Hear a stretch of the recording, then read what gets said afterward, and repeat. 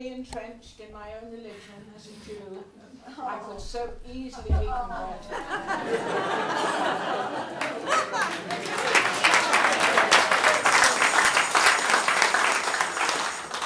I have to say that I find your uninhibited fervour and enthusiasm totally inspirational.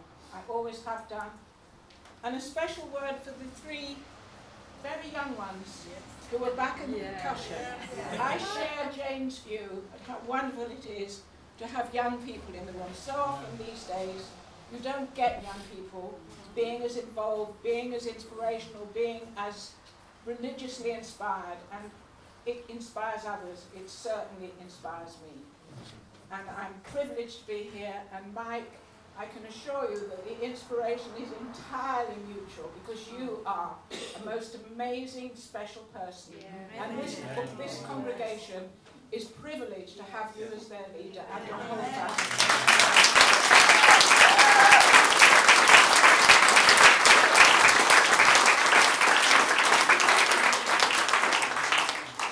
Basically, what I want to do this afternoon is to share some random thoughts about Israel, and some random thoughts about this world that we're living in, this crazy, difficult world we're living in. And Jane, you were so right when you mentioned that these are difficult times. In all of the history of Israel, I can't honestly think of more difficult times. What is going on in the world, what we are facing generally, the amount of horror that the world is experiencing now. And one can only hope that God on high is listening to your prayers. And at some stage there will be a turnaround from this, because as things are at the moment, the future doesn't look that bright. I'm sorry, I'm not coming here to give you a bad message, and I promise you I will leave you on a high. But we have to be realistic. We have to know what we're up against. We have to try to understand why in this ugly world, where, for example, in Syria something like 220,000 people have been killed, where what's going on all around the world, the horror recently with more terrorist attacks in places that haven't experienced them before. We have to try to understand why, amongst all of that, that little Israel, as you call her, the apple of God's eye, why is little Israel the focus of the world's attention, the focus of the UN's hatred, the focus of the EU's hatred beginning, and a lack of understanding throughout the world? Why? What is it about Israel? And unfortunately, with the growth of anti-Semitism as well, and you look and ask the question why, it's very difficult not to come back to the fact that Israel is suffering and under the spotlight because she is the one and only Jewish state. And I think we have to accept that. I'm not one for bandying anti-Semitism around, but it's hitting us all in the face now. And we really can't ignore it, and we can't pretend. So to have congregations like yours who are standing up for Israel, communities around the world standing up for Israel, particularly many Christian communities, but again, not understanding why intelligent people and some of the churches and some of the church leaders cannot see the truth. I fail to understand how intelligent academics, intelligent people can actually buy into the lies without knowing what they're doing. And the worst of all, unfortunately, and the thing that we have to try to counter, and it's most difficult to counter, are the Jews and the Israelis who buy into that hatred. This is something that is hard to understand, makes it very difficult for those of us who are pro-Israel to fight, because somebody will turn around and say, well, Ilan Pape says this, so it must be true, or other anti-Israel Israelis talk, and we've got the conference coming up in Exeter. We had to fight a conference in Southampton where it was going to be anti-Israel. How can they not see the truth? How can they not see what Israel does for the world? And I'll go into some of that a little bit later on. As far as the current situation, I'm at a loss to understand America. I am at a loss to understand Obama. I think the vast majority of people who voted for him with such hope are at a loss to understand him. I am at a loss to understand how a country can do what it's doing with Iran, when Iran will be on the streets calling death to America, death to Israel, death to the Jews, laughing at us, laughing at America, basically, for being so naive, for believing that Iran means a single word of what it says. The only word that Iran believes and means is the destruction of Israel. That is the only part of it. And we are going, if the world doesn't wake up very soon, we are going to be in a terrible world situation. Never mind the Palestinian-Israeli situation, never mind the anti-Semitism. It's time for the world to wake up to the danger that it is facing, because it is, unfortunately. So from that point of view, I cannot understand. I can only pray that before it's too late, that something can be done, at least to put in some controls, at least to put in some restrictions. There's nothing in the relationship between America and what it's given. It's given everything back to Iran. And the money that is being given to Iran, billions of dollars, are already being used to fund terrorism, are already being used to fund certainly in the north of Israel, and Hezbollah and Hamas, being used to fund them to actually attack Israel and go for this destruction of Israel. So from that point of view, I think the Americans have woken up to it, but they've woken up too late. But somewhere along the line, somebody has to see the light. They have to say that enough is enough, and you can't have a completely free hand to do what you want. And that is what Iran has at the moment. So from that point of view, I am actually seriously worried. I want to talk a little bit about the relationship with the UK and Israel. In the main, it's not a bad relationship. There's no doubt that our Prime Minister has been supportive. But words aren't enough. We need deeds. We need those words to be turned into action. We need those words to become reality, standing up for Israel when it matters, not going to the UN and voting against Israel in the UN, or something like the World Health Organization, who has named Israel as the worst violator of health in the world. And that is the sort of thing we're up against. And so from that point of view, things are not great. They really are not great. We've got organizations like UNRWA, the ones who are supposed to help the refugees. The actual director of UNRWA has very, very strong links with Islamists who are against Israel, and that is a problem. We have a situation where we have Palestinian refugees in the most awful situation. I feel, and I'm sure everyone in this room feels, for the genuine Palestinian refugees. I wouldn't want to live as a refugee in Gaza. I wouldn't want to live as a refugee in Lebanon or in Syria or anywhere else. But the only ones that they seem to care about, the world seems to care about and criticize, is anything to do with Israel. You can't get them to criticize anything else. And there shouldn't be a refugee problem in 2015, when in 1948 they had the opportunity of their state, and throughout the years there have been opportunities for peace, and Hamas and the Palestinian Authority and Yasser Arafat have stood in the way of any improvement for refugees. To the extent when Israel had the opportunity to build houses in Gaza and had started building new houses, the United Nations ordered them to tear them down and put back the bad conditions so that their, quote, their refugee status would not be jeopardized. So these people have been held as refugees all these years. They had, in Jenin, the British government sent a team of builders to Jenin. Everybody thinks that Jenin was totally wiped out. It wasn't. It was a particular area which was, quotes, the refugee camp. And the United Kingdom sent a team of builders. They were building in Jenin. They were sent home. They were sent home because, again, refugee status was, and them being used as political pawns was at stake. So this is the kind of thing we're up against. But I do genuinely feel for the Palestinians. But this nonsense, this utter nonsense of the siege of Gaza. What rubbish. What utter rubbish.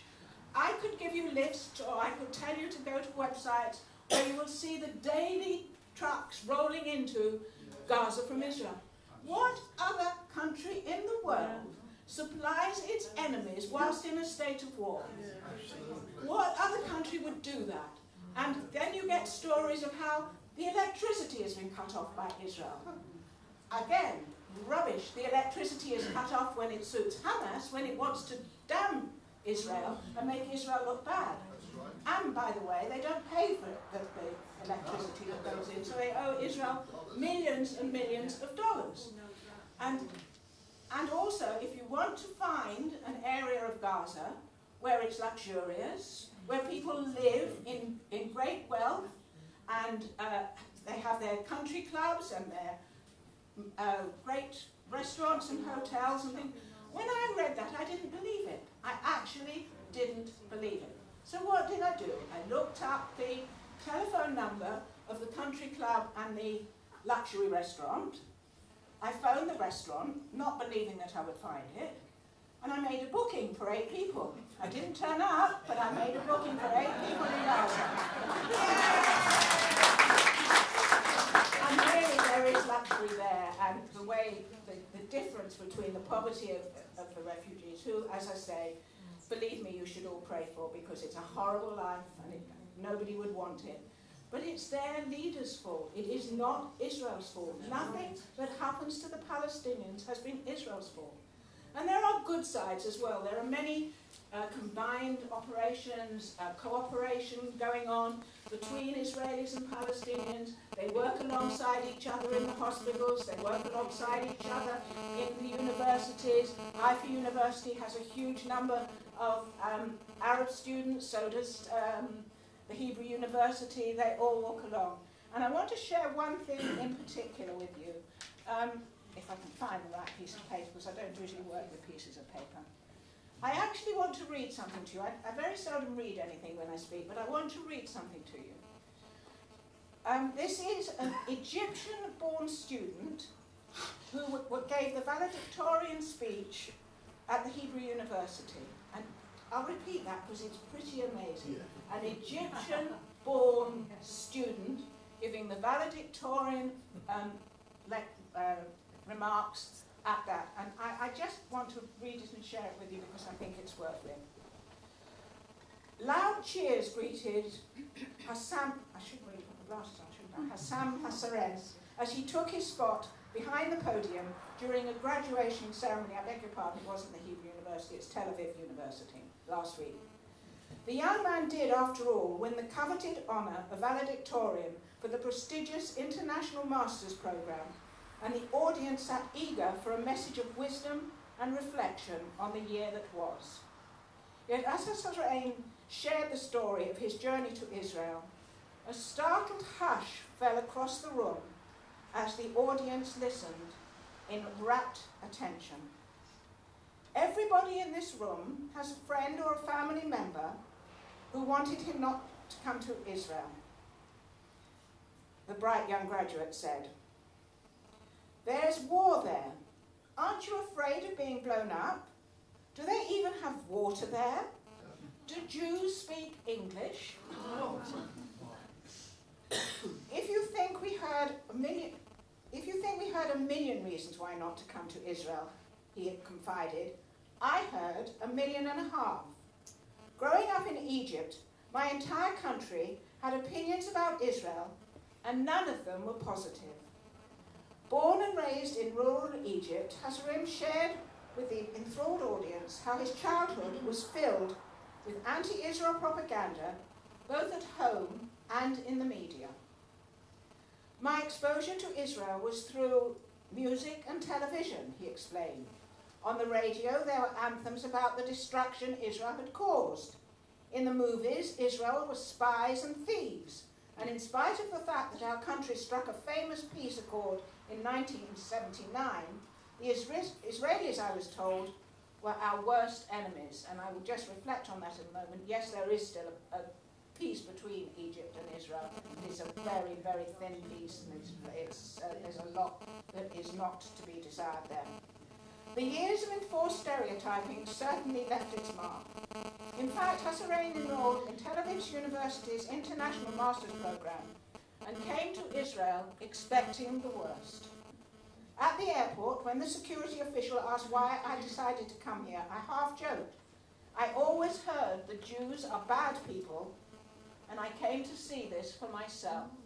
Not unlike many you may know of, not unlike the young Muslim man, Qasim Hafiz, who went from the UK to Israel to see the worst because he wanted to see apartheid in Israel, and as a result of his visit to Israel became the most dedicated pro-Israel Zionist that you could ever find.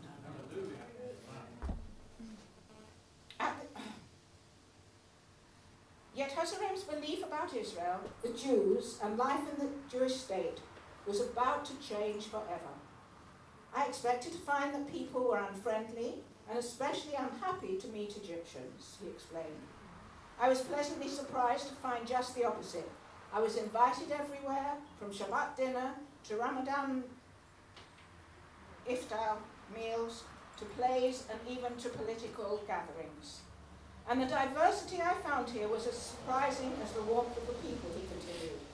On my very first day here in the university, I saw men in kippot and women in headscarves and hijabs. I learned there were people of every kind on campus, and the university had a space for all of them: Jews, Muslims, Christians, Druze, Bedouin, and even international students. His respect for Israel and its society grew as he explored the country. How fascinating it is to be in a country where you can go to the beach and see a Muslim woman and a Hasid sharing the same small space. Where can you find a Christian Arab whose apartment is decorated in posters of Mao and Lenin? Where else can you see a Bedouin IDF soldier reading the Quran on the train during Ramadan? Where else can you see Ashkenazi and Mizrahi Jews arguing about whether or not Ashkenazi females had kidnapped Yemenite babies in the 1950s? To be sure, my experience has been defined by the unexpected. Pondering the beliefs he held before exploring Israel and finding out for himself, Hassanin admitted, I often reflect on the strangeness of coming to the country, where the people I was taught to think of as enemies were transformed into my teachers, classmates, vendors, doctors, and guidance counselors. When Israelis ask me, how does it feel for you to be in the country, I have to be honest, and I tell them, before I knew you, I didn't like you. But I never considered that my enemies would accept me to their school, to their country, and moreover, to their society. I hope you feel that that was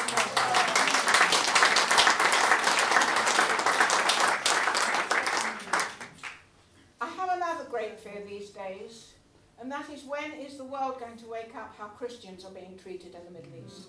When are we all going to wake up? When are we going to do something about it? When are we not going to be like what it's like in the Holocaust, where everybody knew but turned a blind eye?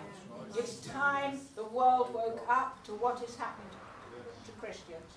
And as far as the current situation with ISIS, ISIL, or whatever you want to call them, very recently they have taken over another village in Syria, which has a large number of Christians.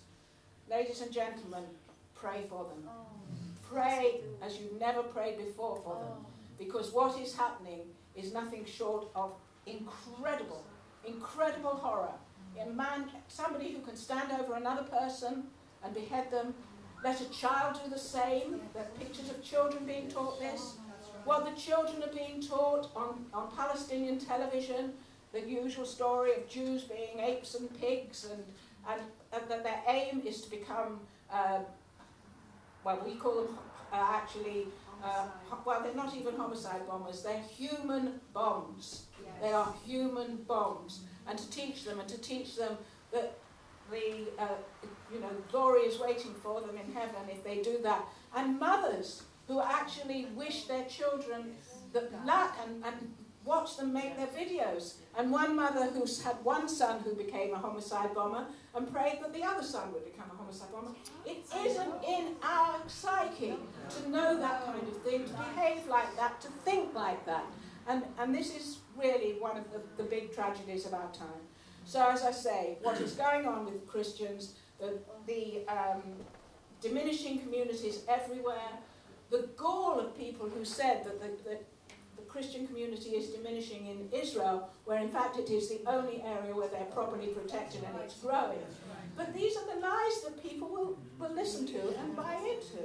So from that point of view, things are not of the best.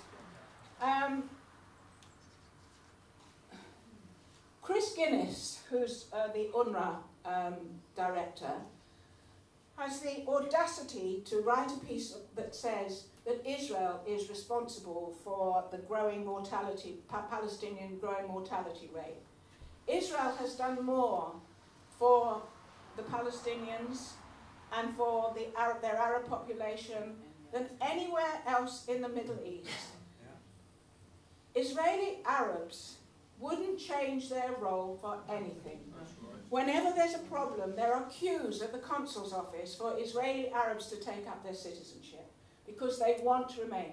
It is true that there are sometimes difficulties. I just read this morning that Bibi Netanyahu actually cancelled a visit to the north where there's a large population because a group there had said that they didn't want the baby murderer to come to their area.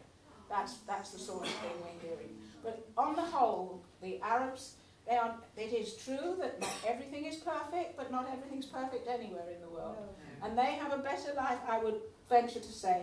They have a better life in Israel than Arabs have pretty well anywhere else. What else have I got to tell you? Boycotts. Ridiculous, ridiculous boycotts. First of all, if boycotters were consistent, they would not be using a mobile phone, they wouldn't be using a computer. I've got a whole list of things, I'll go into a few more. But things like Norway, who stopped an Israeli film about handicapped children being shown because the film was not negative about Israel. About Sweden, who stopped a rap singer, Matisyahu, from going. He's an American Jew. He's not an Israeli. What are they stopping an American Jew from going to Sweden under the boycott? We have letters in our Guardian or sometimes other newspapers, sometimes the Times, many theatrical personalities over here, cultural personalities, speaking out against Israel. Again, unfortunately, very heavily peppered by Jewish names. Something, again, we are really, really struggling with. So from that point of view, it's quite ridiculous what we're up against. But let's talk about the good things. Let's talk about, really, there's one gentleman, and I don't know how he does it, but every single week or fortnight, he manages to come up. This week is 8 pages of good news from Israel. It's well worth you going onto his website. I'll have to exactly get it for me. It's Michael.goodnewsisrael. No, that's his email address. It just put in good news from Israel. It's Michael Ordman. And do yourself a favour and give yourself a boost. Give yourself a feel-good boost, because it is amazing. What Israel does for the world, no other tiny country, nearly 67 years old, has achieved in hundreds and hundreds of years. Nothing compares with what Israel is prepared to share. And Israel is prepared to share with everybody. It shares with all the nations who take what Israel has to give, who go out there, who improve their agriculture, who treat their children, who go out doing operations Save a Child's Heart, who bring children into Israel. Israeli hospitals have many Palestinian children. Many Saudi Arabians come into Israel for treatment. And in fact, Mahmoud Abbas, I think it was his daughter, who was treated in Israel. You know, they'll take what Israel can give. But they'll go to the United Nations, which has an inbuilt anti-Israel majority. So you could say to the United Nations, the sky's black today, and they would vote, the sky is black today, because that is the inbuilt Arab-Africa majority. Now, despite the fact that in many of those African countries, Israelis have been out there, have taught them, have helped them, have done so much for them, and all the medical and wonderful innovations, the technical innovations. Israel is seen really, as far as technology is concerned, as second only to the US. and many of the top US companies have their places in Israel. So what is this? Why are we so demonized? And there is this organizations, the Palestine Solidarity campaign. There are Jewish people coming in. I forget his name. Max Blumenthal was in the UK. He is Jewish. He is out there with the Palestine Solidarity, speaking to audiences, sadly, very often in Quaker meeting houses. The Quakers were so good to the Jews. And after the Holocaust, nobody was better to the Jews than the Quakers. More Quakers took in Jewish children on the kinder transport than, we didn't have enough Jewish people taking in the children. And now they are mainly the headquarters of Palestine Solidarity, which is a tragedy, and you can't reason with them.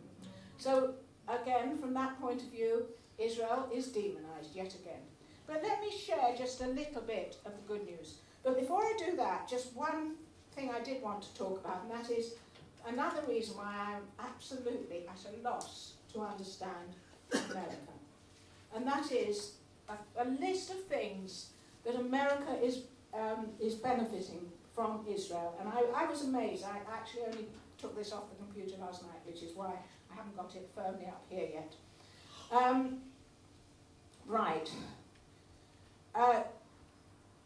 JFK light rail is protected by Israeli surveillance.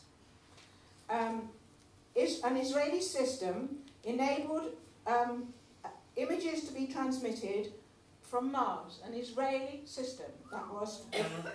The Israeli Air Force pilot technology is training basketball and hockey players, US hockey players. I'm not quite sure how that works, but still. US Marines are using Israeli handheld computers to communicate in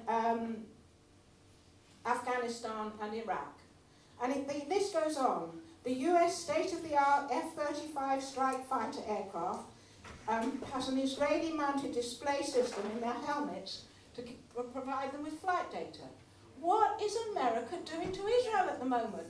Why has they suddenly turned against? Why don't they realise just how much benefit they are getting and just how important it is for them to have Israel as an ally there? And it's become more and more difficult. And there's no point in blaming Bibi Netanyahu and saying that he shouldn't have gone to speak to Congress. Once he'd said he was going to go to Congress, of course he should go to Congress. It would have been outrageous to back down and not go. Completely outrageous. And so those in the Jewish community who tried to advise him differently ought to be ashamed of themselves. Right, let's just do a little bit of good news then. Right. How many people in this room have back pain? Right, so there is a new Israeli system. Novomatrix has reported success from independent controlled trials of its hyperstimulation pulse device for treating lower back pain. And a study of 28 patients in Belgium, interestingly, obtained significant pain relief after 4 treatments compared to a control group. So, ladies and gentlemen, hopefully, back pain. Why isn't the world listening to Israel, who is already making huge progress in research into multiple sclerosis, some tremendous breakthroughs this year in the field of cancer, breakthroughs in Alzheimer's, breakthroughs in the common cold. All along the way, there are things in Israel that are benefiting the world, are being shared with the world at no cost and expecting no favours in return and getting no favours in return. There are some pharmacists here in the UK who are arguing that the Israeli pharmaceutical company Teva should be boycotted. They should know that 1 in every 4 pill or medication used in this country comes from Teva. They also should know that Teva have 4 factories in the UK, giving work to UK citizens and providing their medication for around the world. Israel has so much to give. And from that, and Mike, can you give me a clue on time, please? Just whenever you want to. That's not the answer I wanted. protection against flu, there's all kinds, just literally everything. Acne, you name it, Israel is looking into it. Technologically, I think it's Bill Gates who said that Israel is absolutely leading the world. I'm not quite sure whether I fancy Bill Gates as the President of America, I don't know, but there doesn't seem to be a lot of good choice out there, and I certainly don't fancy Hillary Clinton, I can tell you. Unfortunately, there is so much two-faced activity going on in the world. You know, somebody will go, people are very naive. They will go, Ed Miliband was good at this, they will go to speak at a Palestinian meeting, and they will tell the Palestinians what they want to hear. He will then go to the Jewish Board of Deputies and tell the Jewish Board of Deputies what they want to hear. Are they stupid enough to think that we don't hear both of those and say you're a liar? Because that is really what we're down to. And there is so much two-faced behaviour around. Hillary Clinton will tell you she's a friend of Israel. Obama used to. He can't even pretend anymore. And God knows what will happen if Jeremy Corbyn is in power. And you know what? I think to some extent we've been guilty. We've been guilty of almost pumping up the publicity and almost encouraging people who are against Israel or against the Jews to think that he may be a good option. And I don't know what's going to happen. I don't think anybody in this room knows what's going to happen. But the thought, all right, thank God at the moment he's in opposition. And there are people who say that he will bring damage to the party. But what he also will bring to the party with his views and probably embracing George Galloway and what have you, he will bring in a large Muslim vote into the party. And that is to be feared.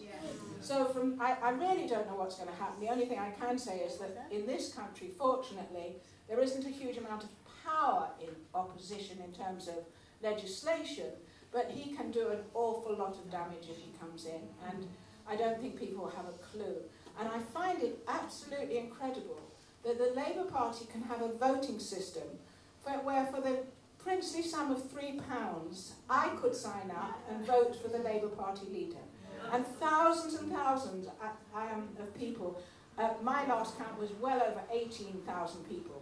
And the people who are doing that, although I think you did say, God, I can't even remember your name now, but you did say earlier that you thought that some of the people who are signing up are Conservatives as well, who think that having Jeremy Corbyn as the head of the Labour Party will damage them.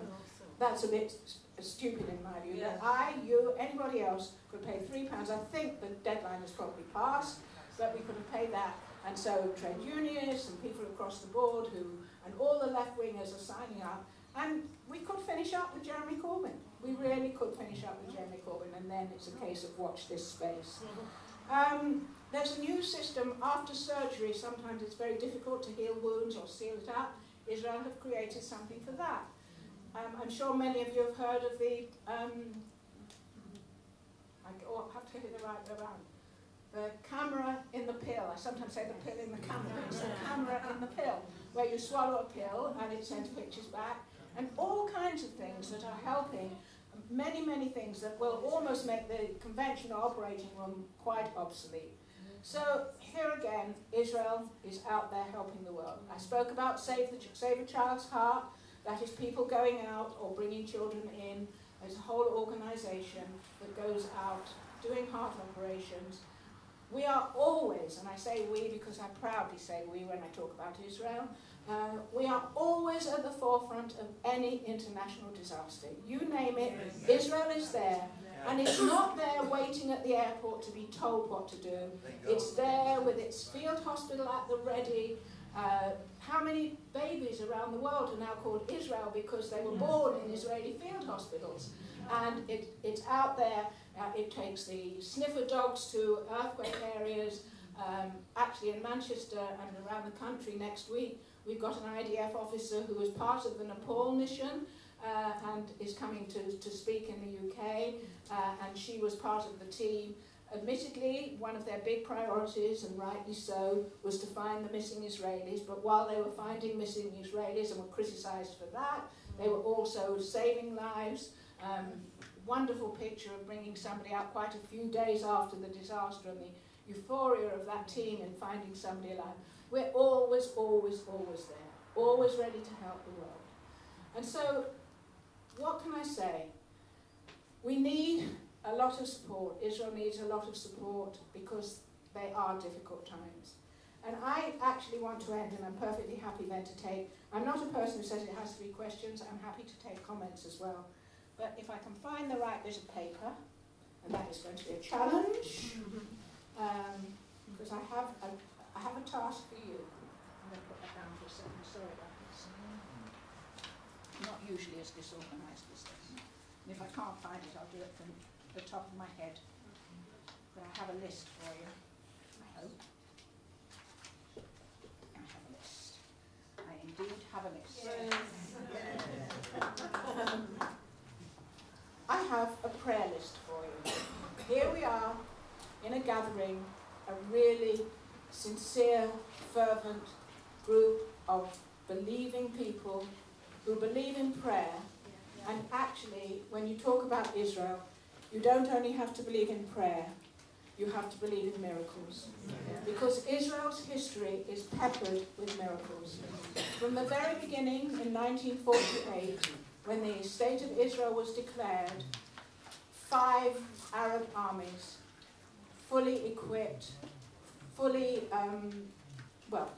armed Arab armies, came and invaded every border of Israel, a country that didn't have a build-up of weapons, didn't have arms, and Israel prevailed.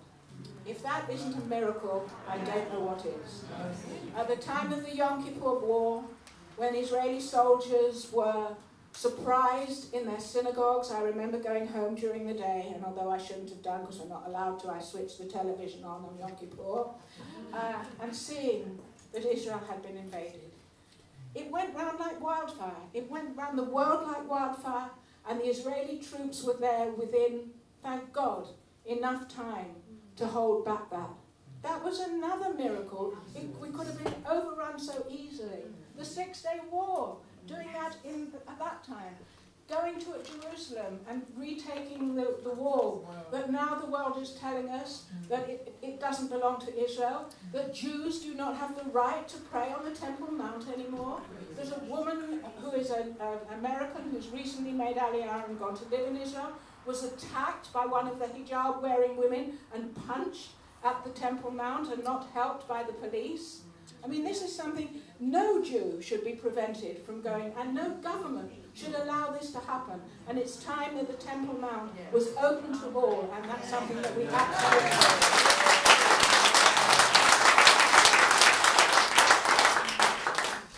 Prayer list, and if you don't want to write it and you want to leave me an email address afterwards or put it on the table over there, I'll send it out, because it's quite a long prayer list. You're going to have to pray pretty hard, and I know you're good at it. I've watched you, and it's inspirational watching you. My prayer list is Obama from being prevented for doing too much more damage before the end of his term. That's one of my prayers. People to see the light about the danger posed to the world by Iran before it is too late. The world to wake up to what is happening to Christians in the Middle East and to pray for the Christians. I pray that the positives will outweigh the negatives when it's regarding boycotts, and I also pray for a realization about the benefits that peace can bring, not just to Israel, but to Israel and the Palestinians. There is so much benefit. There was an email today that said it's worth £110 million to the Israelis for peace and £50 million to the Palestinians for peace. I don't quite know how they come up with the figures, but clearly peace is of such great benefit. And where Israelis and Palestinians and Arabs within Israel are living side by side, you can see the benefits. The West Bank is one of the fastest growing economies in the world. Okay, it starts from a low base, but it is growing, and there's a lot of investment by UK Jewry and others in the north of Israel, where there are large Arab communities, to improve the life of the Arabs. So there's a lot going for it there. I pray, and I've touched on this here, that intelligent people buying into the lies about Israel will finally see the light and will realise where the truth lies and who is to blame for the situation. I pray, and this is a very special prayer, that organisations like Father's House, Christians for Zion, Baptists for Israel, and the embryonic Welsh Friends of Israel, that they prosper and grow and bring benefit to Israel. And I wish you all the greatest success.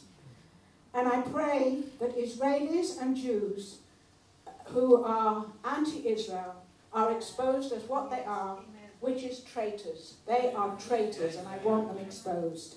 And finally, what do we all pray for? There is only one thing. It's the most common word in the Israeli Hebrew language. And we pray for shalom. We pray for peace. And with the will of God, your prayers and my prayers will be answered.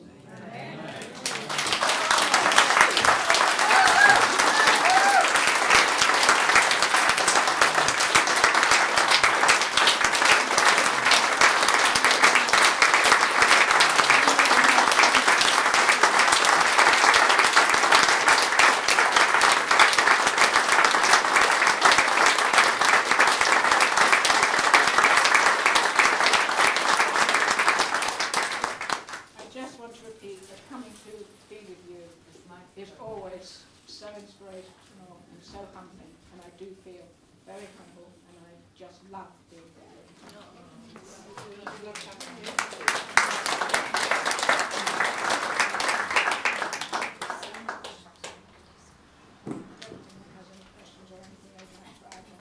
Before we go into questions or comments that Joy's willing to take, we just want to give you just a very, very small gift to say thank you.